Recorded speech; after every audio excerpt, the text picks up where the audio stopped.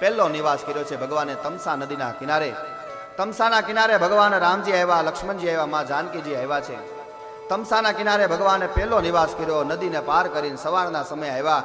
દશરથ રાજાના મિત્ર છે નિષાદ રાજ ગૃહક. આ ગૃહકે ભગવાનની સેવા કરી. ભગવાનને કહે છે કે ભગવાન તમે મારા નગરમાં પધારો. ભગવાને કીધું કે હે નિષાદ રાજ, મારે વનમાં રહેવાનું છે 14 વર્ષ, પણ તું મારું એક કામ કરે, વડનું દૂધ લઈ આવી. નિષાદ રાજ પીપળાના પાનના પડિયાની અંદર વડનું દૂધ લઈને આવ્યો અને ભગવાન રામજી અને લક્ષ્મણજી આ વડના દૂધથી પોતાની જટા બનાવી. વડના દૂધથી જટા બનાવીને ભગવાન રામ હવે જટાધર બન્યા અને આ જટાધારી સ્વરૂપ જોયું સુમંત્રેલી પોતે પણ બેભાન થઈ ગયો. નિષાદ રાજ અને એની સેનાએ એના જે સેવકો છે એને ભગવાનની ખૂબ સેવા કરી. નિષાદ રાજે ભગવાનની સેવા કરી છે. નિષાદ રાજે ભગવાનની ખૂબ સેવા કરીને આગળ ચાલે છે વનની અંદર. ભગવાન વનની અંદર ગયા. નિષાદ રાજને અનેક પ્રકારની એની સેવા લીધી છે, અનેક પ્રકારના જ્ઞાનનો એને ઉપદેશ આપ્યો છે. નિષાદ રાજની સેવા લઈને ભગવાન હવે ગંગાના કિનારે આવ્યા. આ ગંગાના કિનારે કેવટ પૂર્વ જન્મની અંદર ભગવાન જે ક્ષીરસાગરમાં સૂતા, જ્યારે ક્ષીરસાગરની અંદર ભગવાન સૂતા હોય ત્યારે એક આ કેવટ એ પૂર્વ જન્મની અંદર કાચબો હતો.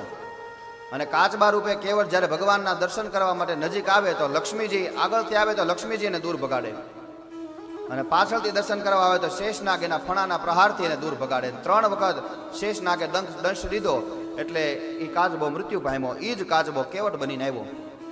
લક્ષ્મીજી સાથે છે સીતાજી રૂપે, અને શેષનાગ એટલે લક્ષ્મણજી પણ સાથે છે.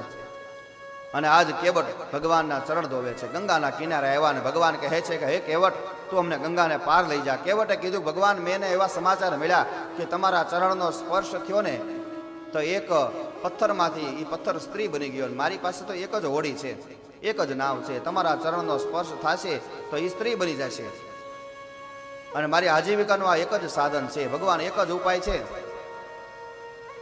એક જ ઉપાય છે. અને એ ઉપાય એ છે કે તમારા ચરણ જો તમે મને ધોવાઈ દો, એ ચરણ ધોઈને ચરણોદક મારા કુળને આપવું તો મારું કુળ પવિત્ર થઈ જાય. ચરણ ધોઈને પછી હું તમને મારી નાવમાં બિરાજમાન કરું.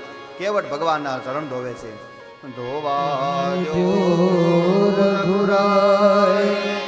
પ્રભુ મને શક પડ્યો છે મનમાં, પગ મને